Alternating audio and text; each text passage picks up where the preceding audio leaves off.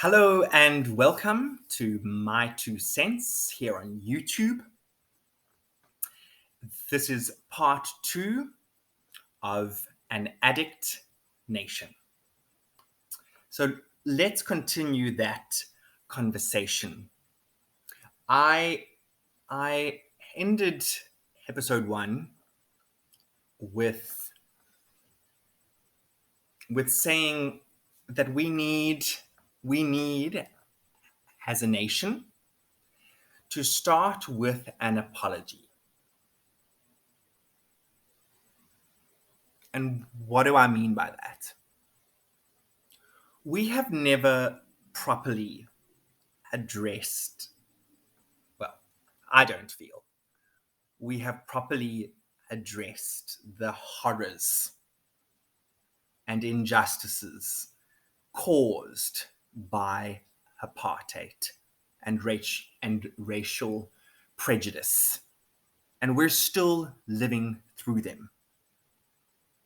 But the only way we are going to start afresh and start on an equal plane, where there is no room for anyone to blame anything on anything else, where we are all equal, irrespective of who we are, irrespective of what color our skin is. The only way we are going to get there, I believe, is with an apology. And I want to go first because I feel like I need to do this, even if no one else wants to, or people think it's a horrible, stupid idea. That's fine. I don't. And if I get slated for this, that is also fine. But I feel I need to do this. And maybe someone else might want to stand with me. I'm hoping so, but I'm not naive to think that people will not like what I'm going to do next.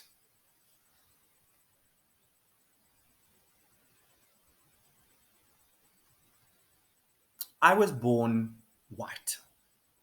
I am racially classified as white. On my birth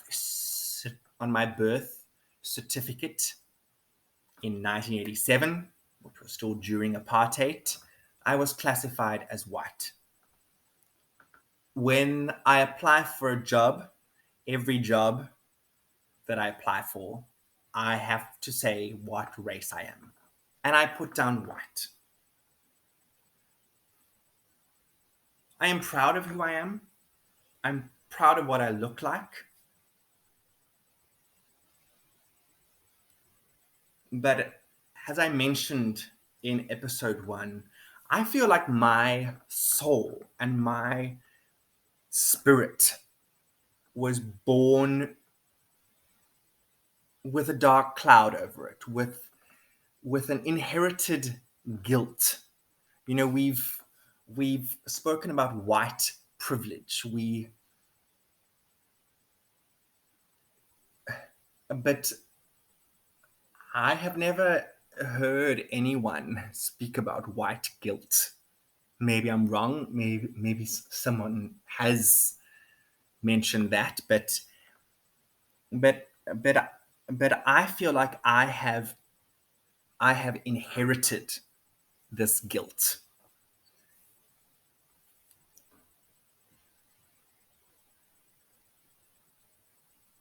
Our nation is broken, and I want to find a way for us to rebuild. I am so passionate about South Africa. I'm so passionate about the talented, diverse, intelligent, resilient nation that we are. I personally believe that South Africa should be one of the world's superpowers. We should be one of the world's top nations, leading the world.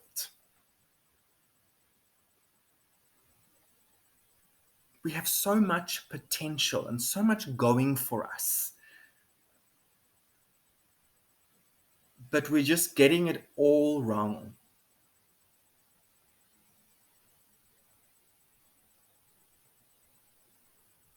So I want to be that person that starts some change. I want to throw a little stone into a huge pool of water and maybe create a couple of ripples. So here is what I would actually like to say. I apologize with all of my heart and with everything that I am. I apologize that a group of people many years ago with the same or similar colored skin to me, I apologize that they were arrogant enough to believe that they had the right to oppress a group of people in the way that they did.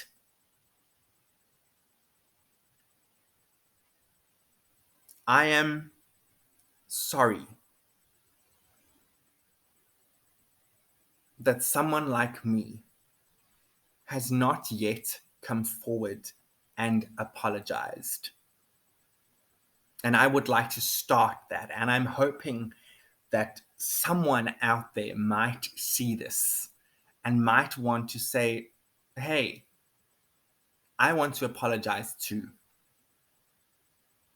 I want to say that I am sorry that this happened.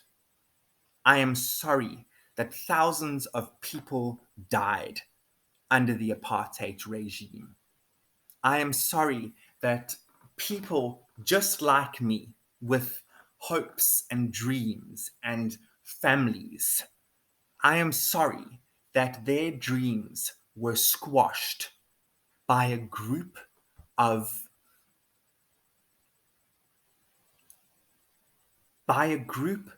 people filled with hate, filled with arrogance, filled with prejudice. I am sorry that from apartheid, there are still people out there who feel superior to other people based on the color of their skin. None of that should have ever happened, but it did. And I want to be someone, I want to be a part of taking responsibility for there being some accountability and for finding a way forward, a way to heal this pain. As I said, we are an addict nation because we have this pain that just goes year on year, never being properly addressed, never being healed. And thus we have all these symptoms of our pain that are just going to carry on getting worse and worse until there's nothing left of this beautiful country. And I will stand by what I said. I will stand by my apology. And I know they are just words. But I want to be a part of the action, of taking action, of making amends, of finding a way forward, finding a way that we can all be truly equal and start afresh on the same plane. I don't know how that's going to happen. And we need to talk. There can't just be me. One person. We need to stand together. We need to come together and realize that we have so much work, that there is so much that has been left unsaid. And I will repeat my apology, my words, my feelings. I will repeat them to whomever will listen. Because I believe it is my responsibility as a white person. And for my own healing, I believe it is my responsibility to make amends.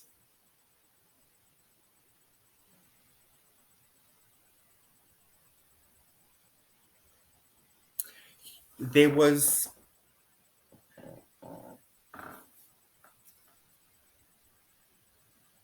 there is this notion that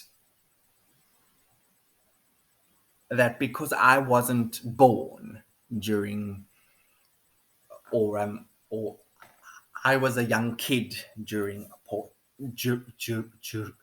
during apartheid, or I didn't vote for the National Party, or whatever your excuse is, that people feel that they don't that that apartheid wasn't their fault. And whilst in some ways maybe someone like me wasn't directly involved in apartheid, but as a white person, I feel I inherited the shame of apartheid, and we should feel shame. Or I believe that my feeling of shame is valid because I am embarrassed by the fact that people with my skin color, that there are still so many people out there who continue to perpetuate this hatred and this prejudice and this injustice. And there are so many examples in this country and throughout the world. My mind still boggles at the fact that in this day and age, the world needed a movement called Black Lives Matter.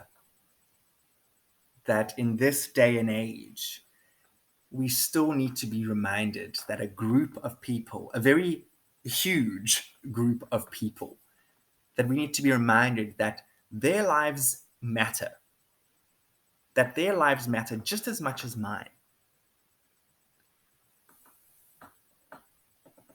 That, for me, is a big red flag that something is going terribly wrong in this world.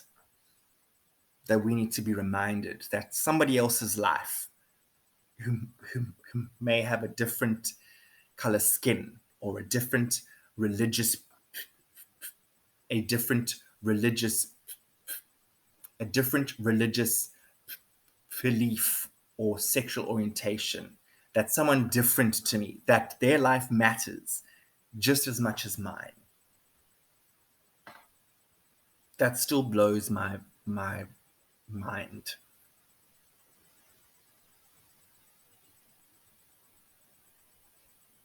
My mind works in comparisons. So when I try to understand things, I try to take experiences from my own life to try and understand. So when I was trying to understand this sense of guilt or white guilt,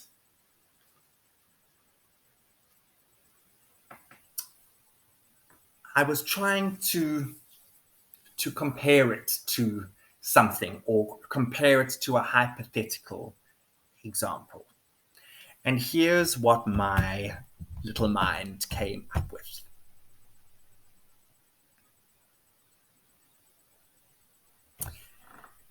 Say, for example, a hypothetical example.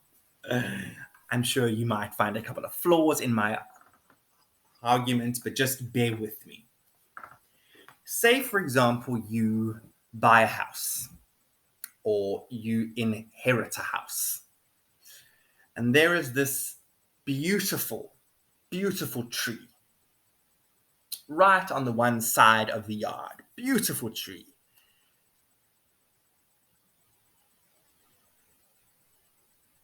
But little do you know that that tree is infected with a systemic disease. So when you buy that house, or when you inherited that house, you inherited that beautiful tree that for the next couple of years will continue to grow and thrive, seemingly, but is infected with this disease that runs through every cell of the tree. And that disease continues to grow in strength as time goes on. But for a while there, the tree is still able to grow, bear fruit, flower. But there will be a point in that tree's life where the disease will overrun the tree, and you will begin to see signs of that tree being sick. It will show signs, whether it's leaves falling, whether it's part of the tree rotting, whether it's an infestation of bugs on the tree because the tree's immune system is so weak. The tree will show you. Eventually, that tree begins to rot from the inside, but you can't see it.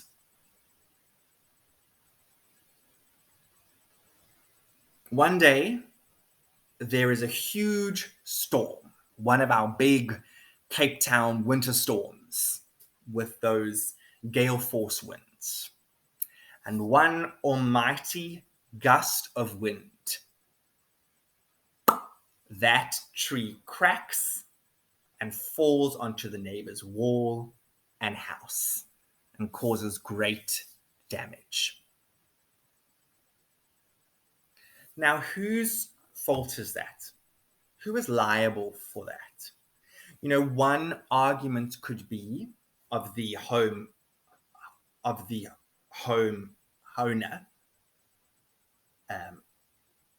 on which the tree was. That homeowner might say, well, I'm not liable for that damage caused by that tree because I didn't plant it.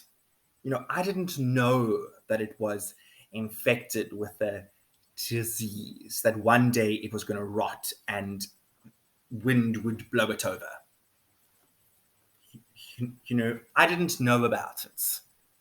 Or maybe I saw that it wasn't looking great, but I thought, oh, it's a change of season or something.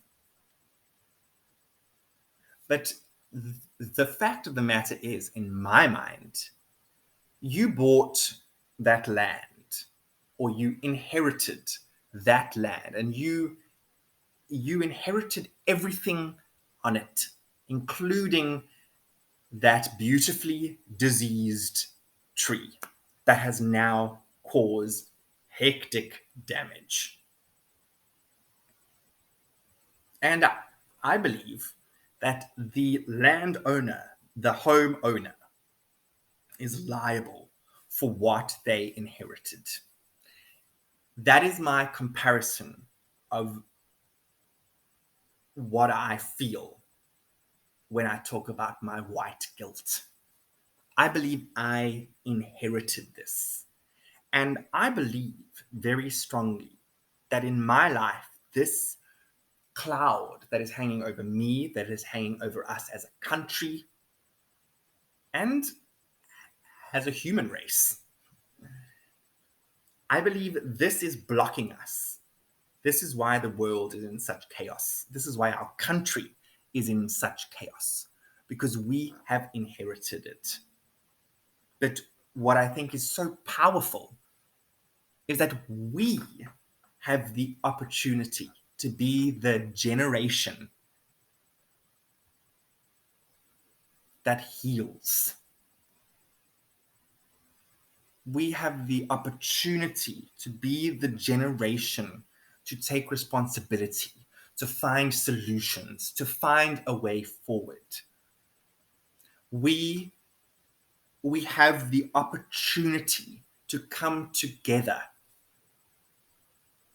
hopefully with an open mind, with an open heart, with the willingness to learn, with the notion that maybe our opinions aren't quite right, that maybe we need to reassess what we think and how we are going about things, because we can see all around us, not just in South Africa, but in the whole world, with wars, with poverty, with continued racial prejudice and injustice, with there is so much in this world that can be used as evidence of our pain, of things left unsaid, things not healed, wounds that have just been covered over with band-aids. The time is now. And I want to be a part of that change.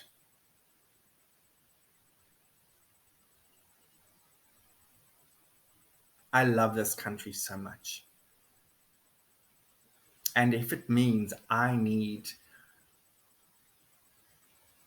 to shout from the rooftops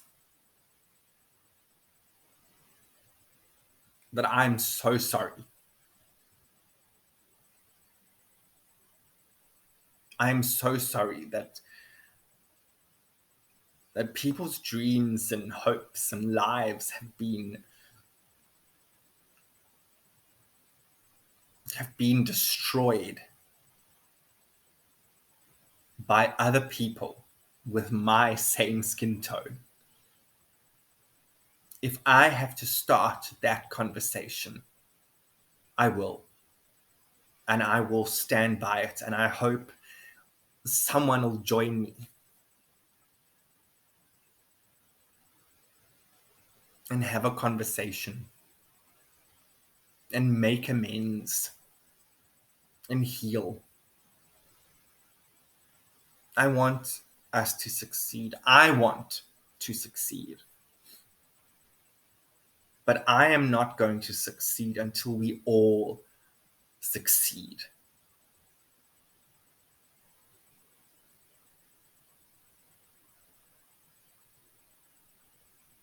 We need to get back to that place of looking out for our neighbor, for whilst wanting the best for ourselves, also wanting the best for others. We live in a world of selfishness, and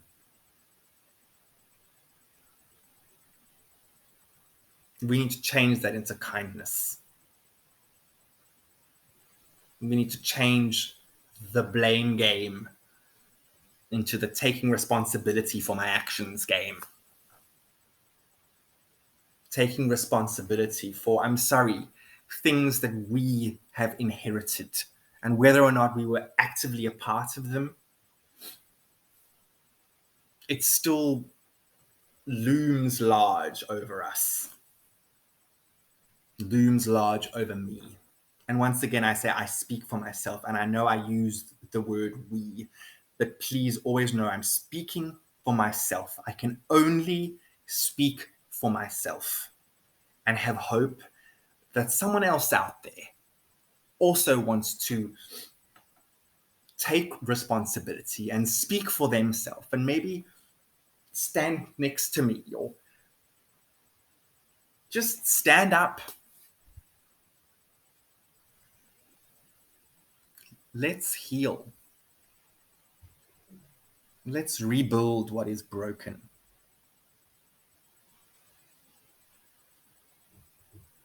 Let's heal. Let's heal this pain as a nation that we have. Because we are rapidly heading towards the point of no return. I would like to think we have not reached there yet. And I know, well, I don't know. I feel that this crisis we're in is only going to be healed by drastic measures, by uncomfortable conversations, by things that are going to upset people. But if we can just have an open mind and an open heart and willing to learn, I would like to say to Black people out there, I don't know the prejudice you experience every day. I haven't experienced it. I don't know the hardships your parents, your grandparents, your great grandparents have experienced because of racial prejudice and racial injustice. So I'm not saying that I know or that I've experienced it, but I'm asking you to teach me, to tell me. Let me learn. Let me understand. Let me be a part of the change. Put me to work. Let me be a link in the chain, a strong link. Let's make a change. We don't have any other choice. And it's going to be uncomfortable and it's going to be messy at times and it's going to be emotionally fueled. But we need to get it out. And we need to lay our cards on the table and be open, but always come from a place of love and hope. I wanted to end this episode with a quote from Mother Teresa. I can do things you cannot. You can do things I cannot.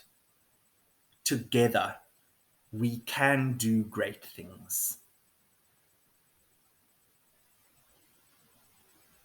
I wish you well.